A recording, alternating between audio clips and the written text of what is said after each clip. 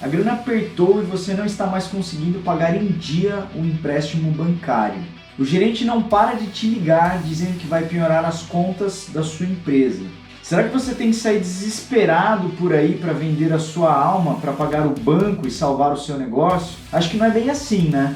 Então se liga que no vídeo de hoje nós vamos falar justamente sobre isso, sobre quando negociar com o banco. Então, roda a vinheta.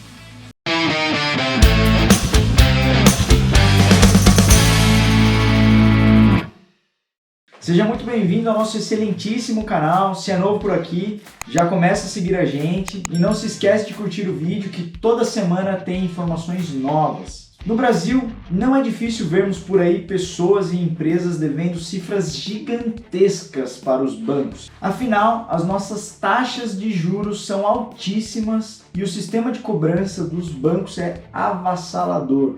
Segundo um estudo recente publicado pela Confederação Nacional de Bens, 78% das famílias brasileiras estão endividadas. O Ministério da Economia apontou que mais de 1.400.000 empresas encerraram suas atividades em 2021. É muita coisa, mas também não tem como imaginarmos outro cenário quando consideramos que o brasileiro não tem educação financeira e que as nossas taxas de crédito são as mais altas do mundo. Para você ter uma ideia do tamanho do buraco em que estamos enfiados, a OCDE, que é uma organização econômica, divulgou um dado afirmando que o Brasil é o quarto pior país em competência financeira dos jovens. Fora isso, o Brasil é líder no ranking mundial dos juros reais, sendo que as taxas praticadas aqui superam o dobro da taxa de juros do segundo colocado desse ranking. Ou seja, se o segundo colocado tem uma média anual de 7%, aqui no Brasil nós praticamos 14%. E aí, no meio da pandemia, quando as pessoas e os empresários estavam desesperados para salvarem os seus negócios, você vê propagandas do Santander, Bradesco e Itaú dizendo que estavam estendendo a mão para as pessoas. Mentira das grandes. Ao invés dos bancos suspenderem a incidência dos juros dos contratos vigentes, eles prorrogaram as parcelas e concederam linhas de crédito com taxas ainda mais altas. Ah, Guilherme, mas tiveram linhas muito em conta, como o Pronamp. Claro que teve. Só que além de ter sido dificultado o acesso a esse tipo de crédito, só tinha dinheiro suficiente talvez para meia dúzia de empresas. E o que os bancos fizeram? Tcharam! Aumentaram o limite do cartão de crédito para você pagar uma taxa de juros que gira em torno de 350% ao ano. Olha só que negocião, que maravilha, hein? E aí você chega à seguinte conclusão: o que esperar então desse triste cenário quando vemos pessoas e empresas que não têm controle financeiro pegando crédito no mercado a um custo altíssimo? O caos financeiro, é claro.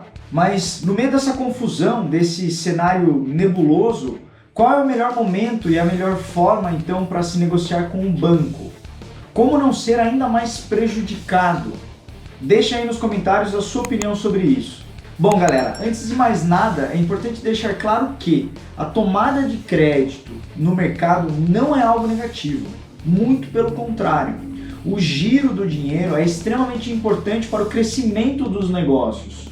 É com o capital que o empresário consegue aumentar a sua linha de produção, com a aquisição de novas máquinas, que ele amplia o parque fabril e contrata mais pessoas para trabalhar, que a dona de casa compra a máquina de lavar e faz girar a economia, e assim por diante. Ou seja, o problema não é o crédito em si, mas o desconhecimento financeiro das pessoas e o custo desse dinheiro. E, infelizmente, isso acaba gerando consequências severas na vida das pessoas, como por exemplo, a perda da casa própria ou a quebra da empresa. É triste dizer, mas os bancos nunca perdem. Eu não vou me estender muito nesse assunto, mas eu quero dizer que existe uma forma para você também não sair perdendo nessa. E isso depende de quando você vai sentar com o banco e negociar o que está devendo.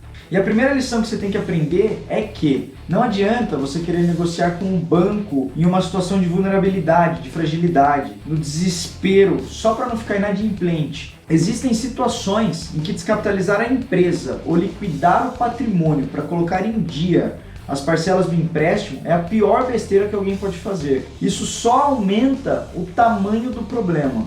Ah, mas como assim aumenta o tamanho do problema se eu vou estar em dia com o banco e ele não vai querer tomar mais os meus bens? Como? Eu te explico. Você já ouviu falar daquela história da galinha dos ovos de ouro? Pois então, a sua relação com o banco tem que se desenvolver da mesma forma. Ou seja, o que adianta depenar a galinha dos ovos de ouro se são os ovos de ouro da galinha que irão pagar a sua dívida com o banco? O que adianta vender uma máquina da empresa que pode te render mais dinheiro somente para colocar em dia as prestações do banco? Você acha que o banco está realmente precisando de dinheiro? Reflita sobre isso e deixa aí para nós o seu comentário. É óbvio que os bens de luxo não se enquadram nesse exemplo, mas mesmo esses bens de luxo não podem ser doados a qualquer preço só para você quitar o banco. Você provavelmente trabalhou muito para conquistá-los. Não é bem assim. Bom, então a resposta para a pergunta de quando sentar para negociar a dívida com o banco é quando você tiver fortalecido a galinha. Ou seja, quando você vê que o seu negócio, a sua vida não estão em jogo, não correm risco e perceber que o pagamento da dívida com o banco não irá prejudicar o seu dia a dia. Mas calma que não é tão simples assim também, porque isso depende de planejamento e acompanhamento profissional. Principalmente porque, a depender da origem, da natureza dessa dívida, o banco pode levar o seu patrimônio na velocidade da luz. Então, pessoal, o mais importante é compreender que dificuldades financeiras vão e vêm. Isso é normal, infelizmente, principalmente aqui no Brasil. Só que além de compreender essa situação, é importante também buscar um auxílio de um profissional que entenda do assunto. Se você não conhece ninguém que possa te ajudar com esses assuntos, eu vou deixar o link do escritório aqui na descrição. Então é isso, não se desespere, mas também não deixe o problema de lado, vá atrás do bom profissional, tudo tem solução na vida, só não existe solução para a morte. Valeu e até a próxima!